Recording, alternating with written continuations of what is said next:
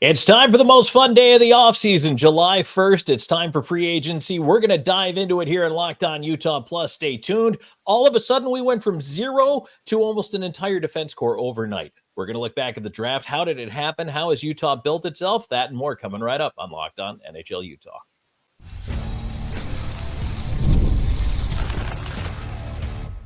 You are Locked On Utah Hockey Club, your daily podcast on the Utah Hockey Club, part of the Locked On Podcast Network, your team every day.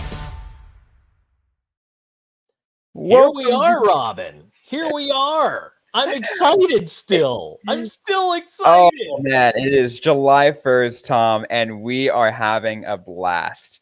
It is going to be a really good day, a really good weekend it's been for the Utah Hockey Club. For everybody who's tuning into the show for the first time, I'm Robyn Leano. That is Tom Callahan. It is certainly a day. Happy Canada Day, by the way, for everyone. Thank you. For anyone who's those our Canadian friends who are from the north.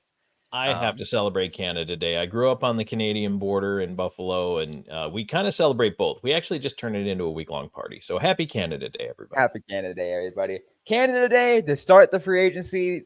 Everyone loves July 1st for a lot of these reasons, Tom, and it's and this year is no exception. In fact, it might even be a little bit extra special as the Utah Hockey Club getting ready for the first bit of their first free agency market. We're not going to see, and with a blank check, essentially, they're like, "Yeah, Bill Armstrong, go for it." We're going to talk a little bit about what they're actually going to go for in a little bit, but in a little bit.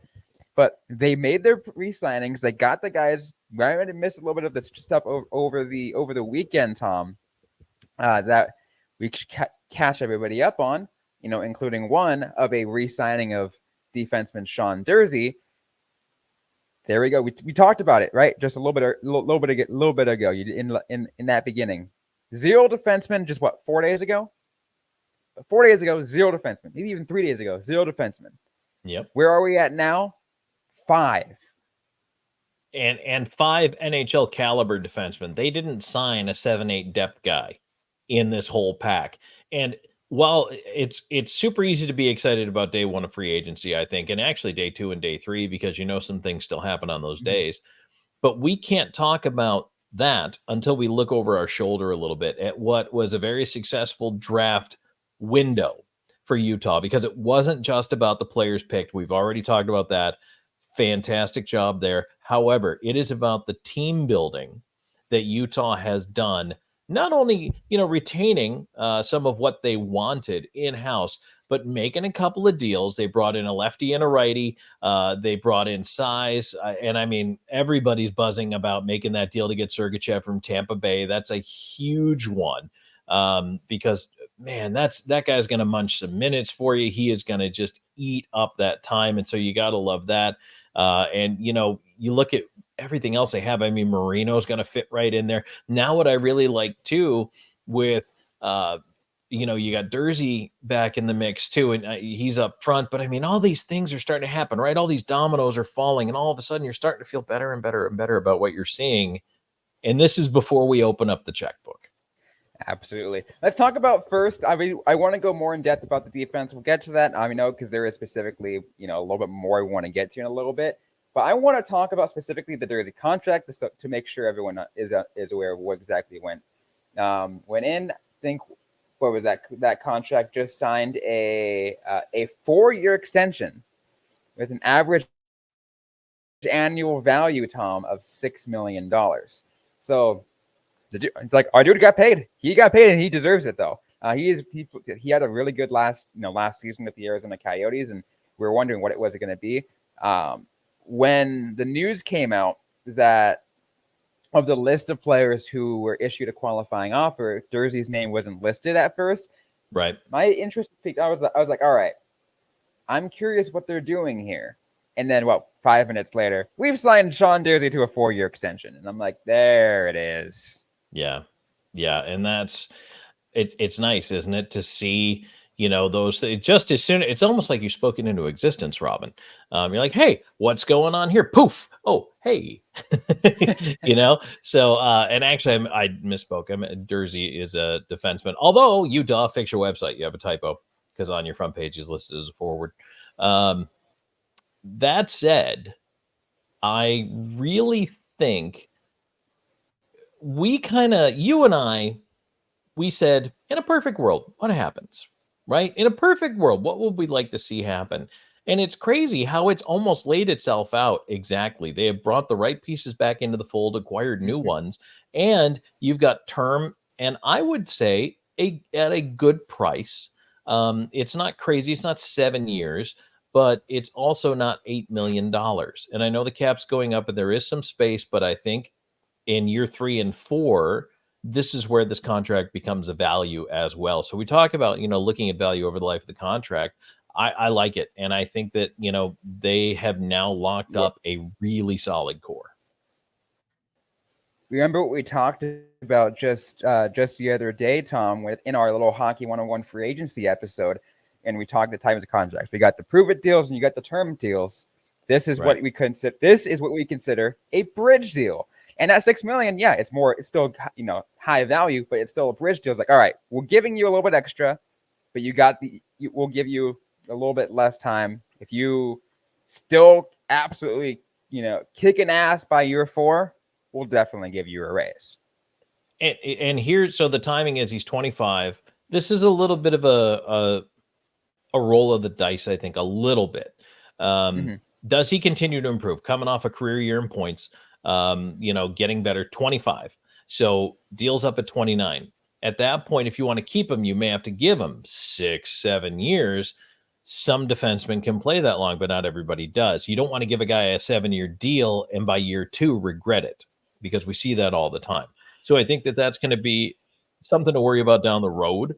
But for the next 4 years, again, I'll talk about cost certainty. I'll talk about the value of the contract, not only in year 1 and 2, but really in year 3 and 4. I think those are important things to note if you're a hockey fan. And so right now, this represents good value to this organization, and they like the player.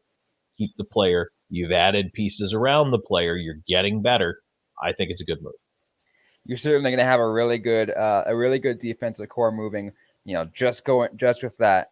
And again, I want to bring up something. I still won't bring it up yet because it includes a specific player we're going to mention in a little bit. But what we're going to do is, Tom, is we are going to continue to discuss. We're going to talk about some of the qualifying offers, what's coming up next, maybe give our thoughts on what's coming up for Utah in this free agency period. We are just hours away from the free agency period opening, where it all goes wild. We'll get to all of that right after this.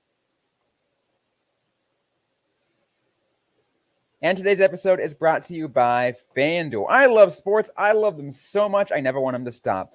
But as the playoffs wind down, we get fewer games, and the sports aren't sportsing like I want them to. FanDuel lets me keep the sports going whenever I want. All I have to do is open the app and dream up bets at any time I'm in the mood. And this summer, FanDuel is hooking up all customers with a boost or a bonus daily.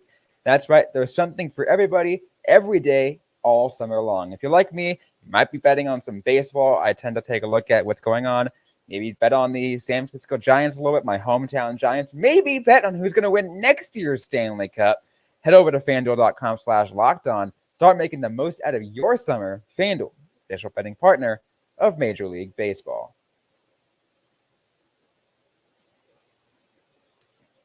Let's keep things rolling on this episode of Locked On Utah Hockey Club. Tom, we are just hours away from the free agency period opening, and as of yesterday, there was a deadline that teams had to meet for all kinds of free agents, also for restricted free agents, but we'll talk about restricted free agents in this one, on reaching qualifying offers. The importance about this, and if you listened to our episode yesterday on our Hockey 101, you know that in order to keep your rights of a certain player past July 1st, you at least need to issue them a qualifying offer.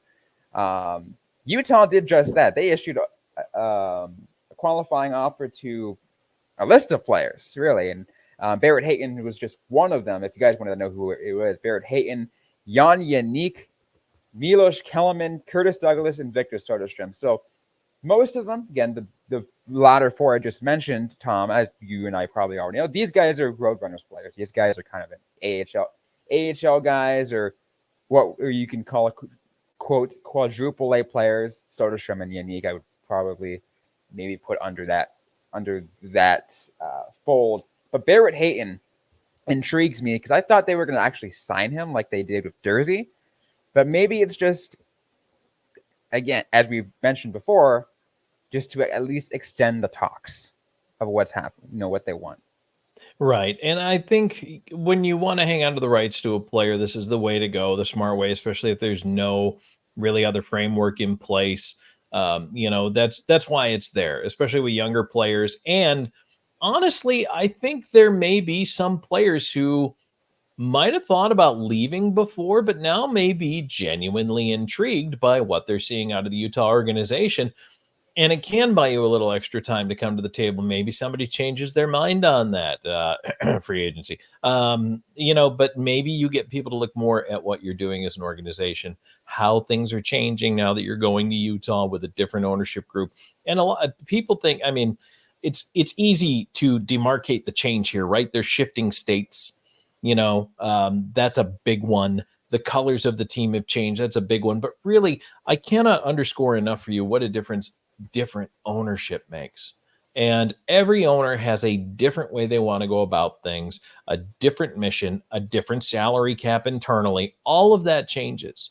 And so now there may have been players who might have been on the fence, might not have even really wanted to come back, or just felt like they might have been buried in the pipeline. But now maybe you're excited by what Utah is building. The other thing it allows you to do, Robyn, is you do get to keep them as an asset, which is also very important. And I think Bill Armstrong's done a nice job organizing and utilizing his assets over the last week.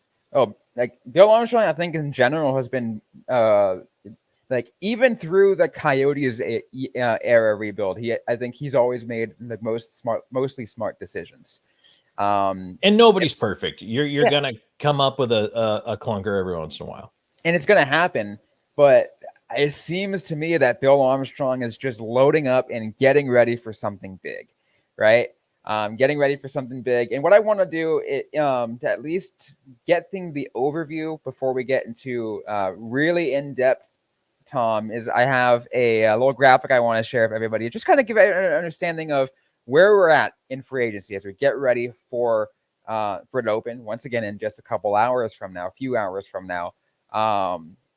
As we mentioned, Barret Hayton, he was issued a qualifying offer. He's the one that is yet to re-sign at the time of this recording. We'll figure out that maybe, who knows, maybe it's a few days, maybe it's a week or two, maybe it's a little bit longer. Sometimes it takes some time. Forwards right now have a cap hit, Tom, of $33.37 million. Defense has a cap hit. 5 players signed on defense, 13 on forwards, by the way. 5 players on defense right now, 24.93. Nobody yet to re-sign on those. So that just means that they're probably going to explore the free agency market in defense. Goaltenders, they got their 2 guys. Cap hit is under $5 million. A total cap hit of 65.23. They're 22.23 million in cap space. A roster size right now of 20 out of 23 players, Tom. That means they have 3 players that they still can sign. Barret Hayton, as we mentioned, is going to be one of those, probably fill one of those. That leaves you with 2 more. So, and most teams will carry 22, might go to 23. So 23 is the max, but you don't have to carry those guys on your NHL roster. Exactly. You're dressing 20 every night, depending on, so you'll see teams close to the cap that will paper transact guys up and down just to get their salary off the books for 3 days a week. Because I don't know, fans may not know this, but the cap is an average.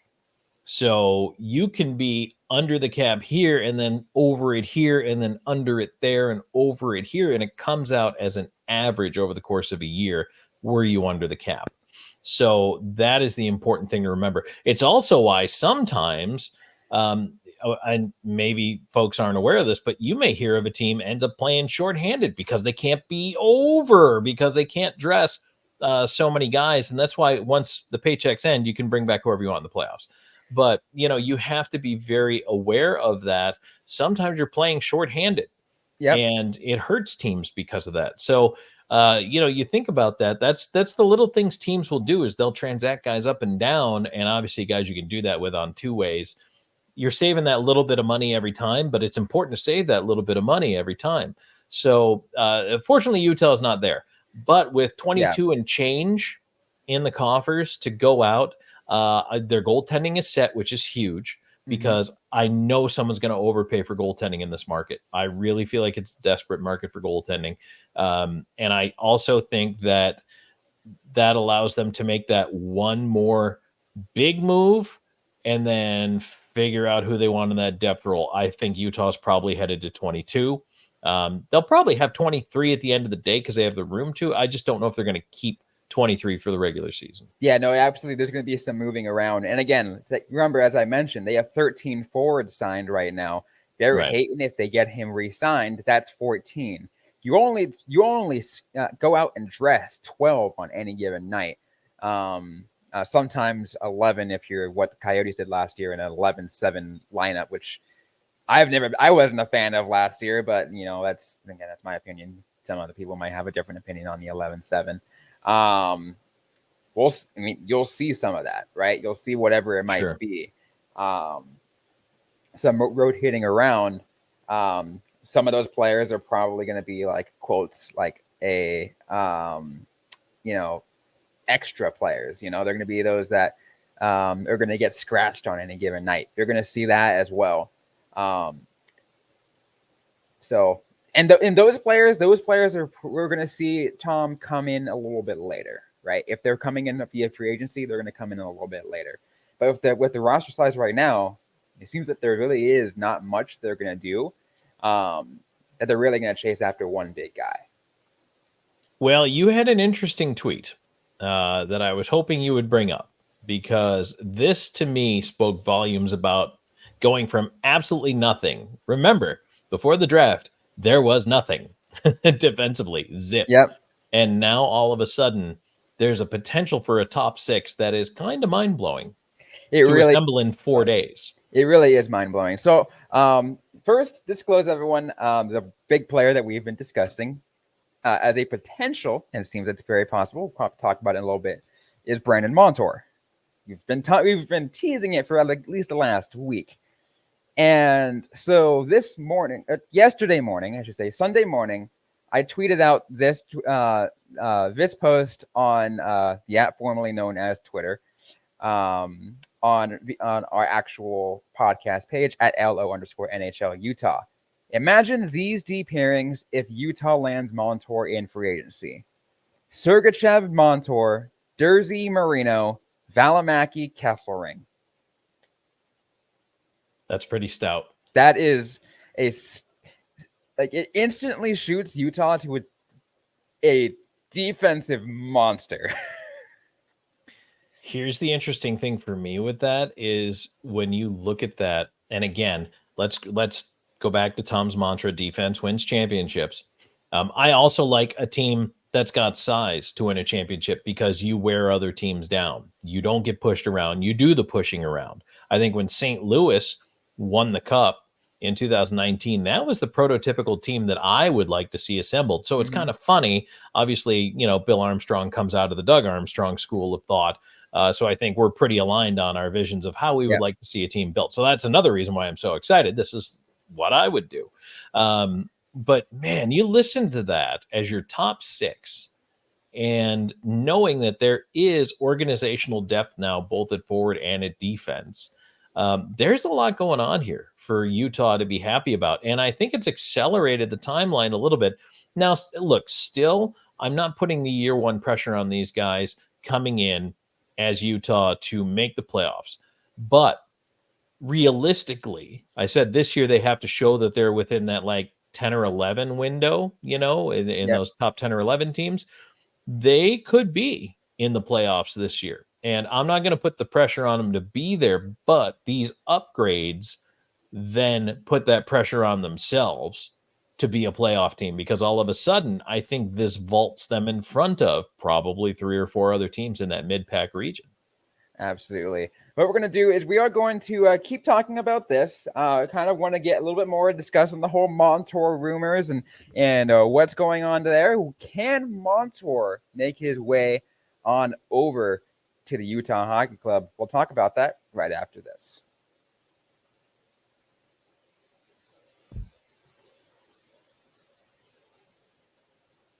All right, Tom. So over the weekend, it really interests me. So I initially saw a tweet from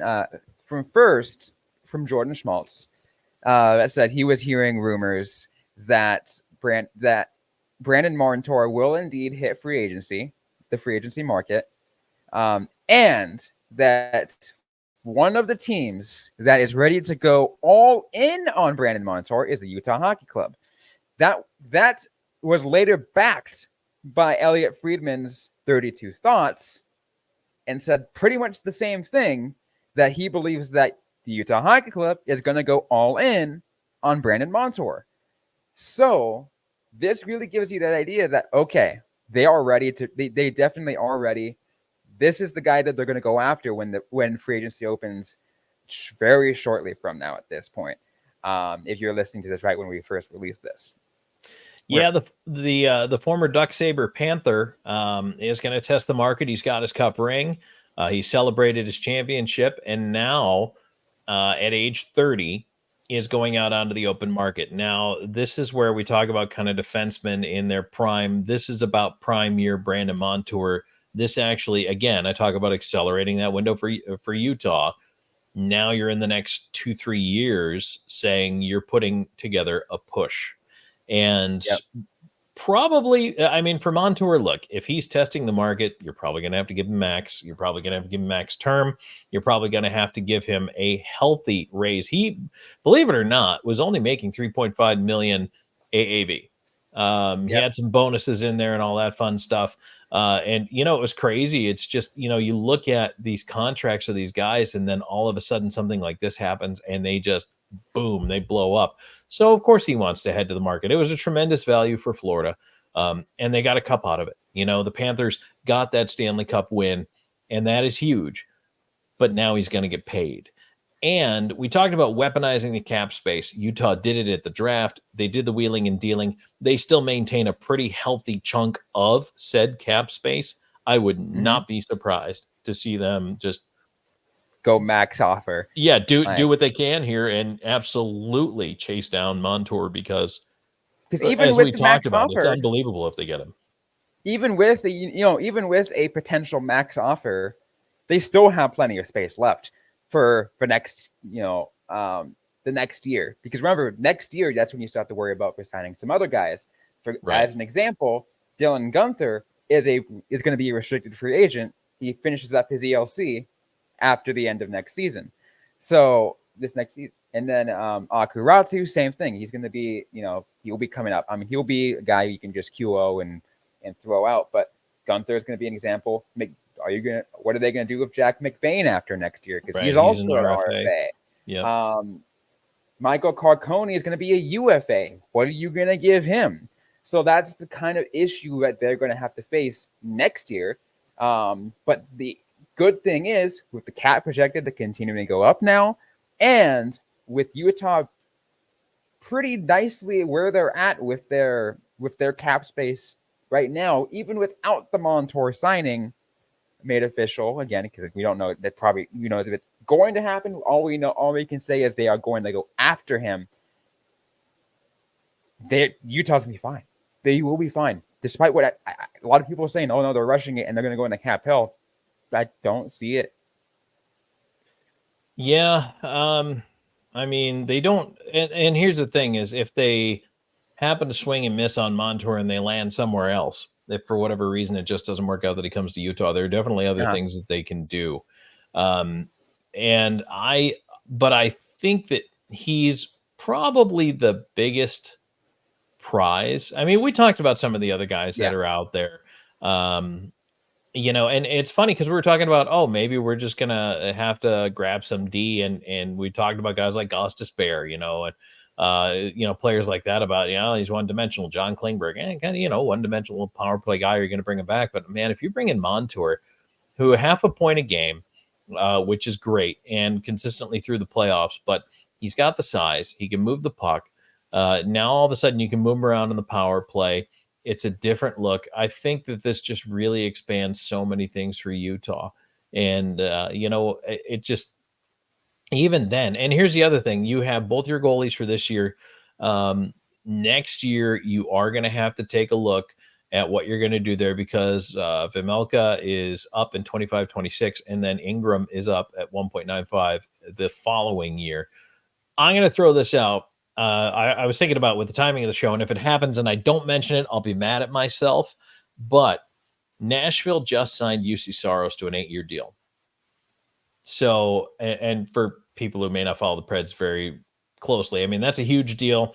Saros is one of the best goaltenders in the league right now. Fantastic. However, Yaroslav Askarov, what are they doing with him? And now if I'm Askarov, who was supposed to be the next big thing, he's 22. The Russian finally made it over here, was playing in Milwaukee this year, doing a pretty darn good job. All of a sudden now, the next 8 years, you have UC Saros in front of you.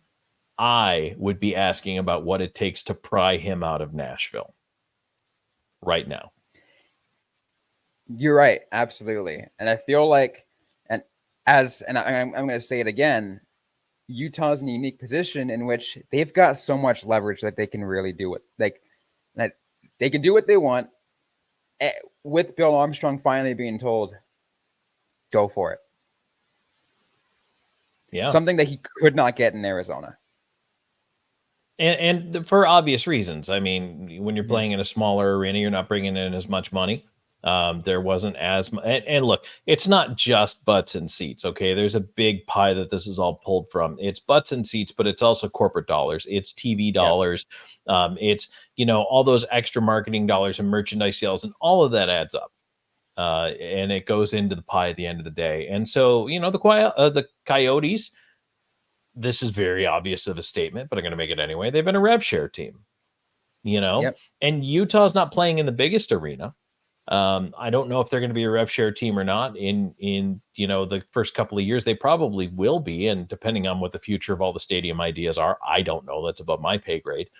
But right now, Utah Hockey Club is in a unique spot to really kind of make hay while the sun shines, because it's almost like they've been preparing for this for a couple of years. Like this has been on the horizon, and just in case it happened, they were ready to pounce. All the way back to the COVID season, all the way back to the bubble, they had the foresight to look at this. You're absolutely right. I want to get your prediction though, Tom. When the bell rings and it's 12:01 Eastern time, is Brandon Montour signed to a contract with an NHL team, and who is it with? I think he happens in the first hour. I don't think it happens right away. Okay. I think Jake Gensel in Tampa is the first big name. He'll be announced like right away. 12:00:00:01. But I think Montour will probably, I think he's got what'll basically come down to, it'll be a game of chicken tomorrow between a couple of teams probably. And after that, it's all about the player. Where do you want to be? Where are you most comfortable? What do you like? And because let's face it, Montour is going to have many nearly identical offers, for the teams that are going after him. However, this is why I think Utah has the edge. So the important things here to be able to even make this offer in the first place is have the space to do it, be poised to be a team where perhaps now that he's gotten a taste of winning, he has a chance to do it again before the end of said contract, and to know that you're in a place where that is the whole point of what's being built. You're not coming in to be the guy and carry a team in. You are coming in as a big piece of a giant puzzle. And I think that's the other thing that's attractive about the Utah setup. Don't get me wrong. He'll be the star. He'll be the marquee guy. However, right now he can look around and say that's a pretty good supporting cast. Yeah, no, you're like, and again, and it goes back to what I mentioned with with the tweet I put out, is that that top 60. It's like it instantly becomes like a defensive monster. It's a team that like I would not want to go against if I'm a lot of other NHL teams. Well, and you know what? That's kind of the exciting thing. That first matchup when they play Edmonton will be interesting to see how well they do against a top caliber offense like that. Edmonton is just, I mean, their talent is crazy. Yep. Vancouver will be a good test for those guys. And some of these other teams out there, Dallas, I'm wondering who Dallas is going to be next year. They have made already some subtle shifts.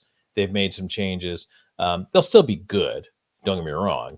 But there's a very real power struggle available now in the Western Conference. It starts with Edmonton, but was Vancouver an anomaly last year? They weren't supposed to be that good by most people's estimation, and yet they were.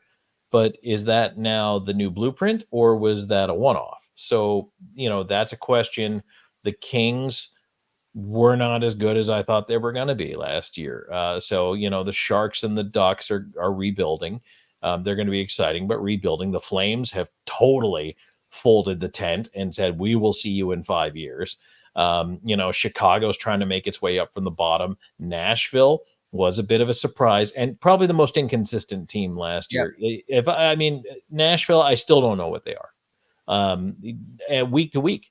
So, which team are they? The good one, the bad one, some mix of that. So kind of looking through all these teams and talking about all these scenarios, Colorado is still packed with talent. So that's going to be a good team. And Edmonton's going to be a good team. Winnipeg, I think, is still going to be a good team. There's just so much excitement, though, up and down the entire Western Conference. I think there could be an awful lot of fun and, more importantly, opportunity. You're absolutely right. One more question for you, because this is a big name, as another big name is big names are going to get into free agency period. Steven Stamkos, Tom, what's your prediction? So from what I've heard, talking to a few people, I mean, this is not a revelation to anyone, but he's gone. He's going on to the market, and they really did try in Tampa to make it work. Weren't able to. Unless Stamkos goes out there and is basically humiliated by the market not responding to his ask, he's going to end up someplace. The question to me becomes, what does Stamkos want? Mm-hmm. What does he want to chase another cup? And a lot of people are out there going, "Oh, go to Toronto."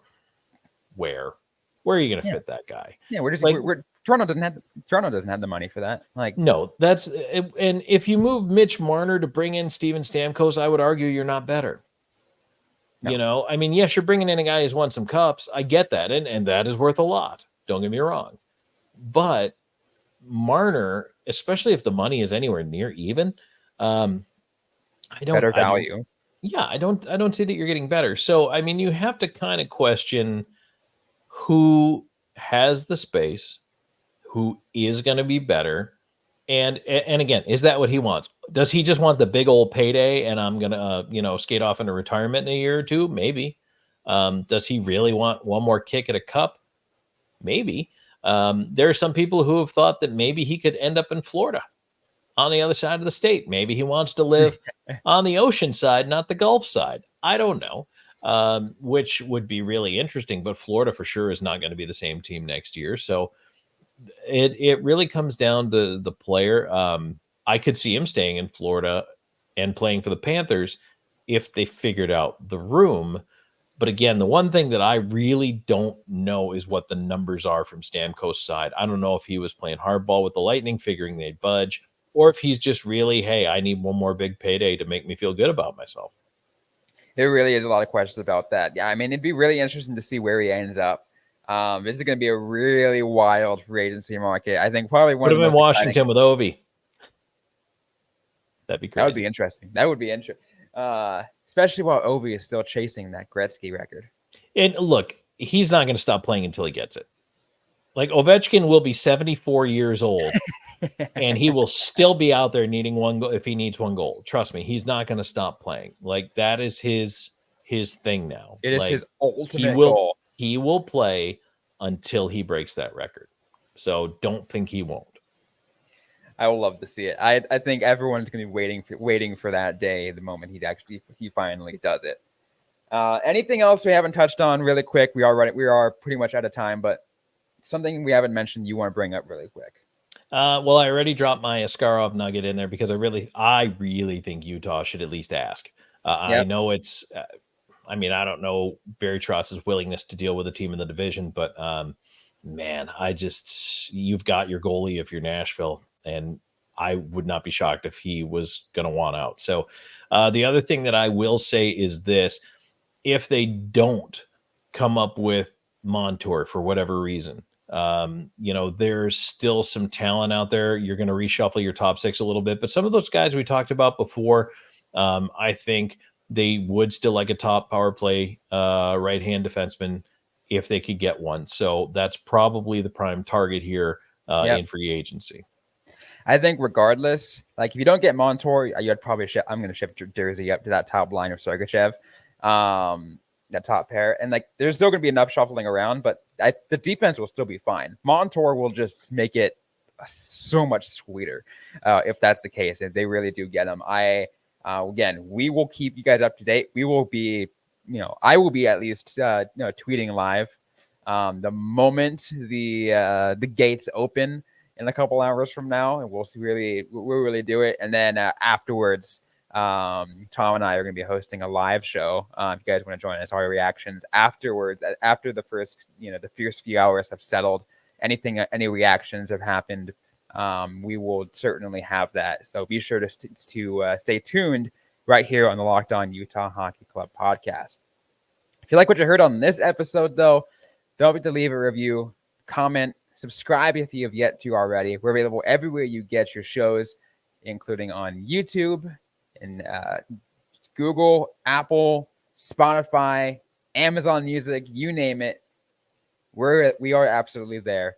Don't forget to also just join our Insider Club. We're going to have some exclusive content, especially as we're getting even more towards this part of the year. There's going to be a lot of going in. Going to get some player notes for you, stuff that you won't see elsewhere on the show or on social media. Once again, to join the Insider Club, it is texting to 801-760-9033. You can use the promo code SUMMER50 for 50% off your first 2 months on sign up. And again, we'll have a lot of stuff to get to you on those. It's gonna be a fun time this offseason. Utah Hockey Club's very first season. It's gonna be a fun one. If you're on social media, you can give us a follow. We're on X, Instagram, Threads, you name it, at @LO_NHL Utah. I am personally at Robyn_Leano. Tom Callahan is at Callahan on air. Once again, thanks everyone for listening to today's episode, and we'll see you guys next time.